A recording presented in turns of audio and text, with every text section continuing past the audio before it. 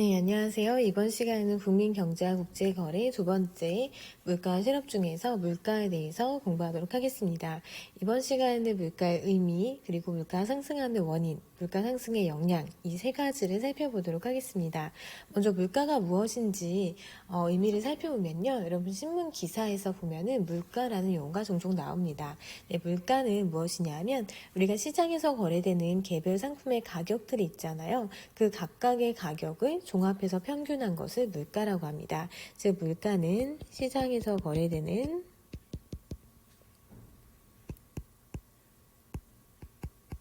이 상품의 가격을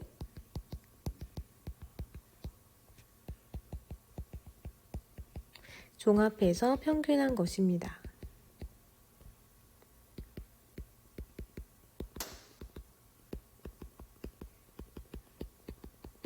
네, 즉 물가를 보면요, 우리가 한 나라의 전반적인 가격 수준을 알 수 있어요.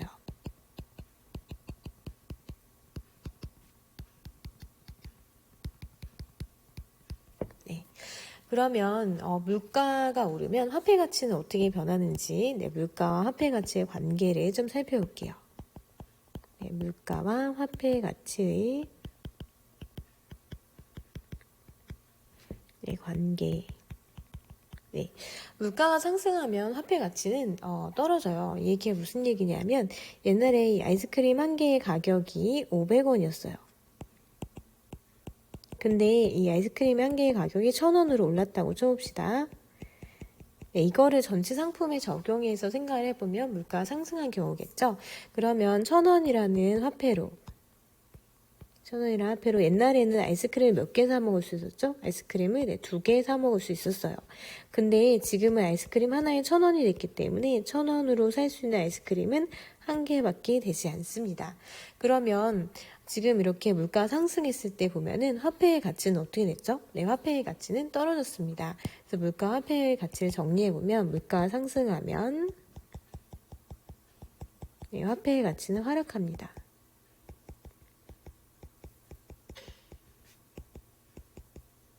네, 즉 여기서 알 수 있는 거는 이 물가와 화폐의 가치는 반비례 관계라는 거예요.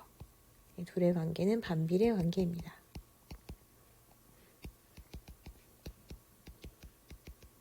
네, 만약에 물가가 떨어지면 화폐 가치는 상승하게 되겠죠. 네, 화폐 가치가 하락했다는 거는 그 화폐로 구매할 수 있는 물건의 양이 줄어들었다는 거예요. 즉 다시 말해서 구매력이 감소했다. 네, 이렇게 정리할 수 있습니다. 네, 그러면 물가는 어떻게 측정을 할까요? 우리가 물가 지수라는 것을 산정을 하는데요. 네, 물가 지수. 이 물가 지수에는 여러 가지 종류가 있어요. 네, 소비자 물가 지수, 생산자 물가 지수, 생활 물가 지수 등등등 해서 여러 가지 물가 지수가 있는데요. 이 물가 지수가 작년에 비해서 올해 어떻게 변했냐, 이거를 변화율로 나타낸 것을 물가 상승률이라고 합니다. 네, 물가 상승률이에요.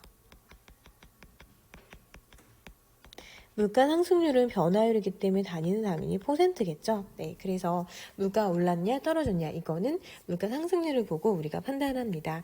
그리고 대표적인 물가 지수에는 뭐가 있냐면 여러분 CPI라고 해서 소비자 물가 지수가 있어요. 네, 이거를 소비자 물가 지수라고 합니다. 이거는 소비자들이 많이 구매하는 품목을 선정을 해서 물가 지수로 표현을 한 건데요. 이 CPI를 갖고 이제 물가가 전반적인 물가가 떨어졌다 또는 올랐다 뭐 이런 식으로 표현을 하기도 합니다. 네, 그러면 우리나라 소비자 물가 지수는 현재 어떨까요? 네, 지금 코로나 사태 때문에 물가 상승률을 이제 봤을 때 그래도 물가는 좀 오르다가요. 5월 달에 네, 마이너스까지 내려왔어요. 물가가 떨어졌다는 거죠. 그러다가 지금 다시 네, 조금씩 물가가 상승하고 있는 그런 추세를 보이고 있네요. 네, 그럼 두 번째로 물가 상승의 원인을 살펴볼게요. 네, 물가 상승의 원인. 네, 물가 상승의 원인을 살펴보기 전에 우리가 용어를 좀 살펴보려고 하는데요. 네, 용어. 물가 관련된 용어 세 가지만 좀 살펴보도록 하겠습니다. 네, 첫 번째는 물가가 지속적으로 상승하는 현상을 표현하는 용어인데요. 우리가 이거를 인플레이션이라고 합니다. 네, 인플레이션은 물가가 상승하는 거예요. 지속적으로 상승하는 것을 표현합니다. 그럼 반대로 물가가 떨어지는 경우도 있는데요. 우리가 그것을 디플레이션이라고 합니다. 이거는 물가가 지속적으로 하락하는 거예요. 정확하게 말하면 물가 상승률이 마이너스로 떨어지는 거를 디플레이션이라고 합니다. 세 번째는 물가가 상승하긴 하는데 이 물가 상승이 굉장히 지나치게 큰 폭으로 상승하는 경우인데요. 우리가 이것을 하이퍼 인플레이션이라고 합니다. 네, 하이퍼 인플레이션은 물가 상승률이 한 1000%, 네, 2000% 이렇게까지 가는 것을 이야기하는데요. 네, 물가가 급격하게 상승하는 현상을 의미합니다. 네, 그러면 하이퍼 인플레이션은 언제 있었는지 예를 보면 1920년대에 독일에서 하이퍼 인플레이션 현상이 발생했었고요. 그리고 짐바브웨나 아니면 베네수엘라 같은 국가에서 이런 하이퍼 인플레이션 현상이 발생했었습니다. 우리가 독일의 당시의 모습을 보면요. 지금 아이들이 돈을 갖고 놀고 있어요. 네, 이 상황은 장난감 가격이 너무 비싼 거예요. 물가가 올라서. 그래서 장난감은 사지 못하고 대신 돈을 갖고 노는 아이들의 모습입니다. 그 다음에 지금 길거리에 사람들이 돈을 버렸어요. 네, 물가가 너무 오르다 보니까 화폐의 가치가 쓰레기처럼 낮아진 거죠. 네, 그래서 이런 당시의 모습을 볼 수 있고요. 베네수엘라 같은 경우에는 물가 상승률이 굉장히 급격하게 나타나고 있는 모습이 보이시죠? 그리고 짐바브웨 같은 경우에는 지금 100조 달러거든요. 이 화폐는 100조 달러인데 100조 달러로 살 수 있는 게 계란 3개밖에 없었대요. 그러니까 물가가 굉장히 많이 올라간 그런 상황으로 볼 수 있습니다. 짐바브웨의 또 다른 사진을 보면요. 지금 사람들이 이렇게 손 뭉치를 들고 다녀요. 그래서 모든 사람들이 화폐는 엄청 많아요. 다 억만장자예요. 그런데 스타이빙 빌리어네라고 돼 있죠. 네, 굶어 죽는 억만장자들이라고 나와 있는데 돈은 많지만 그 돈으로 살 수 있는 물건은 적은 거예요. 네, 그래서 이렇게 용어를 봤는데요. 그러면 디플레이션은 과연 좋을까요? 네, 디플레이션은 물가가 하락하는 거고 물가가 하락하면 화폐의 가치는 상승하겠죠. 그러면 내가 살 수 있는 물건의 양이 많아지기 때문에 얼핏 보면 좋을 수 있지만 사실 디플레이션은 경제에 굉장히 좋지 않습니다. 네, 디플레이션은 우리가 D의 공포라고 불러요. 네, D의 공포. 그래서 물가가 하락한다는 거는 사람들이 소비를 하지 않는다는 거고요. 소비를 하지 않으면 당연히 기업은 생산을 하지 않겠죠. 네, 생산을 하지 않으면 사람들의 일자리 내지 고용이 줄어들게 되고요. 그러면 사람들이 일을 못하니까 소득이 감소하겠죠. 네, 그러면 역시 또 소비를 하지 않겠죠. 이런 악순환이 시작되는 거예요. 그래서 디플레이션은 사실 경제에 더 좋지 않습니다. 네, 그래서 가장 경제적으로 바람직한 거는 인플레이션이 굉장히 낮은 비율로 일어나는 것이 바람직하다고 볼 수 있습니다. 그러니까 물가가 조금씩 상승하는 것이 좋은 거예요. 네, 떨어지는 것은 좋지 않고 또 너무 급격하게 오르는 것 또한 좋지 않습니다. 그러면 물가가 왜 상승하는지에 대해서 살펴보도록 하겠습니다. 네, 물가 상승의 원인 첫 번째는 통화량의 증가입니다.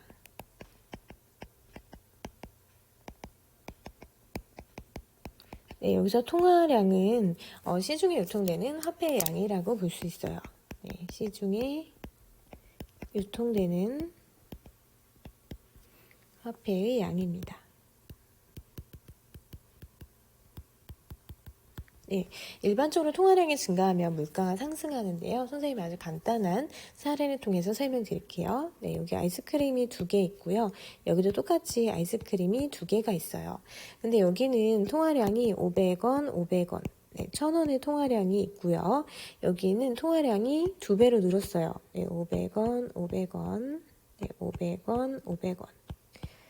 이거는 뭐 현실적인 사례는 아니지만 여러분의 이해를 돕기 위해서 만든 거니까 네, 아주 단순하게 만든 거니까 네, 봐주시면 될 것 같아요. 그러면 이쪽에서는 아이스크림 하나의 가격이 500원이 되겠죠. 만약에 아이스크림 2개야 500원짜리 화폐가 2개밖에 없다면 네, 이쪽에서는 아이스크림 하나의 가격이 1000원이 됩니다. 네, 그래서 지금 보시면 통화량이 늘었잖아요. 네, 여기서 통화량이 증가했어요. 네, 통화량이 증가했더니 물가, 가격이 어떻게 됐죠? 네, 물가가 상승한다는 것을 추측할 수 있습니다. 네, 아까 선생님이 독일과 짐바브웨 같은 나라에서 하이퍼 인플레이션이 발생을 했다라고 얘기를 했었는데요. 왜 그러냐면 돈을 마구 찍어내서 그래요. 독일 같은 경우에는 1차 세계대전에서 졌는데 전쟁 배상금을 갚아야 하는 상황이 됐는데요. 돈이 없다 보니까 돈을 마구 찍어낸 거예요. 그래서 물가가 굉장히 급격하게 오르는 이런 하이퍼 인플레이션이 발생했다고 보시면 됩니다. 두 번째는 우리가 배운 수요와 공급의 원리를 이용해서 설명을 드릴 건데요. 두 번째는 총수요의 증가입니다. 여러분 우리 수요 공급 배웠죠? 우리 시장에서의 수요와 공급을 배웠는데 수요는 물건을 사고자 하는 욕구였는데요. 지금 나오는 총수요는 모든 경제 주체의 수요를 다 합친 거예요. 그래서 우리나라 전체의 수요를 총수요라고 합니다. 그래서 한 국가의 총수요는 전체의 수요라고 볼 수 있어요. 전체 수요. 만약에 전체적으로 총수요가 증가하면 물가가 상승하게 되는데요. 이것을 설명을 드리면 우리가 수요 공급 곡선을 그렸던 거를 바탕으로 설명을 드리겠습니다. 우리가 시장에서 여기가 가격이었고 거래량이었죠. 그리고 수요와 공급이 만나는 이 점에서 균형 가격과 거래량이 형성이 된다고 이야기를 했습니다. 여기가 수요 공급이었죠. 그리고 균형 가격, 균형 거래량이 이렇게 있었어요. 근데 우리가 이거를 이번에는 경제 전체로 확대를 시켜볼게요. 경제 전체. 한 국가의 경제 전체로 확대를 시켜버리면 지금 모든 상품의 가격을 종합해서 평균한 거를 우리가 뭐라고 했죠? 물가라고 했어요. 물가. 그리고 한 나라에서 거래되는 상품의 양, 이것이 GDP입니다. 그래서 물가와 GDP가 이렇게 X축과 Y축에 들어갈 변수가 되고요. 그리고 수요를 모두 더하면 총수요가 되고요. 공급을 모두 더하면 총공급이 돼요. 그래서 총수요와 총공급이 만나는 이 점에서 균형 물가와 균형 물가 제로 GDP, 균형 GDP가 결정이 됩니다. 경제 전체를 확대를 시키면. 그런데 여기서 총수요가 증가를 했어요. 총수요. 사람들이 물건을 많이 사고자 해요. 수요가 증가하면 수요 곡선이 이렇게 오른쪽으로 이동을 하겠죠. 오른쪽으로 이렇게 이동을 합니다. 증가. 그래서 이거를 총수요 원이라고 해볼게요. 구분하기 위해서. 그럼 새로운 균형점이 생기고 새로운 물가와 물가원 GDP가 결정이 돼요. GDP원. 그래서 물가가 상승하는 것을 알 수 있습니다. 그래서 총수요가 증가하면 물가가 상승해요. 그런데 이 경우를 보시면 물가도 상승했지만 어떤 현상이 동일하게 발생했냐면 GDP도 증가했어요. 그리고 GDP가 증가하는 것을 우리가 뭐라고 불렀죠? GDP가 증가하는 것은 경제가 성장했다는 거예요. 그래서 이거를 종합해서 보면 총수요가 증가해서 물가가 오르는 거는 사실 크게 문제가 되지 않습니다. 왜냐하면 그만큼 소득, 즉 한 국가의 전체적인 생산량도 증가했기 때문이죠. 경제가 성장하는 가운데서 물가는 이렇게 오르게 됩니다. 그런데 다음 상황을 보면은 총공급이 감소하는 경우에도 물가가 상승할 수 있어요. 이 얘기는 뭐냐면 총공급이 감소를 하게 되면 공급 곡선이 왼쪽으로 이동을 하겠죠. 왼쪽으로 이렇게 이동을 할 거예요. 그러면 이걸 총 공급 1이라고 해보면 새로운 균형점이 생겼죠. 그러면 물가는 상승했고요. GDP는 어떻게 됐죠? 감소했네요. 그럼 이 경우는 물가는 올랐지만 조금 문제가 될 수 있는 게 GDP가 줄어들었다는 것입니다. GDP가 줄어들었다는 것은 경제가 성장한 게 아니라 경제가 안 좋은 경기 침체 상황이라고 볼 수 있어요. 경기 침체 상황입니다. 그러면 총공급은 왜 감소하느냐 하면요. 보통 생산비가 증가할 때 총공급이 감소하는 현상이 발생을 합니다. 생산비 감소. 생산 비용이 증가할 때죠. 생산 비용이 증가할 때 총공급이 감소해요. 이 경우는 조금 경제적으로 안 좋을 수 있는데요. 왜냐하면 물가만 오르고 경제는 안 좋아졌기 때문이죠. 그래서 물가 상승하는 원인 지금 세 가지 살펴보았습니다. 통화량의 증가, 총수요 증가, 그리고 총공급의 감소의 경우 물가가 상승한다. 이렇게 알아두시면 되고요. 이제 세 번째 주제로 물가 상승의 영향을 살펴볼게요. 물가가 상승했을 때 영향인데요. 그러면 우리가 정리를 해보면 물가가 상승하면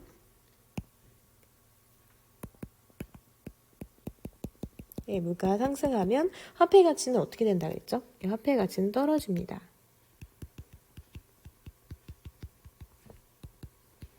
그러면 물가가 상승했을 때 어떤 사람이 유리하고 불리한지를 생각해 볼 수가 있는데요.